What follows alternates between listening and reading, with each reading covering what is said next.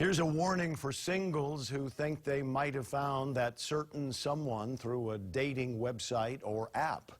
There are other risks beyond just having a bad first date.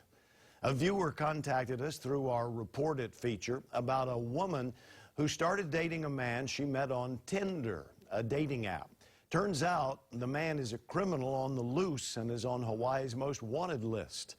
So what can you do to make sure that the person you're about to meet is really who they say they are? Manolo Morales got some answers. Manolo? Joe, like anything else that's important, people need to do their research. An expert tells me Google can be a really good friend that can provide some helpful information. Do your due diligence. Cybersecurity expert Chris Duque tells me there are all types of reputable dating apps and websites out there, but you can't count on them to keep you safe. You have to do your homework to cut down on any unnecessary heartaches. That time that you do on your research, gonna provide a lot of somewhat some security and prevent some heartaches in the end, or worse yet, being a victim of something more heinous. First thing to do is search Google for the person's name. Put the full name in quotes and add pertinent information to narrow down the search. So how do you know if that is actually the person's name?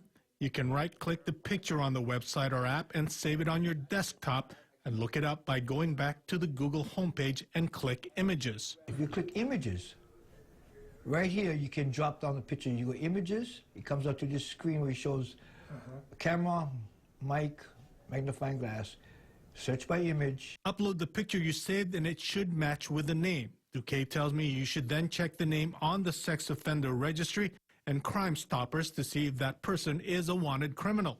You might also want to take it a step further by checking any court cases in eCourt Kokua. Any offense dealing with domestic violence should be a red flag. Who knows?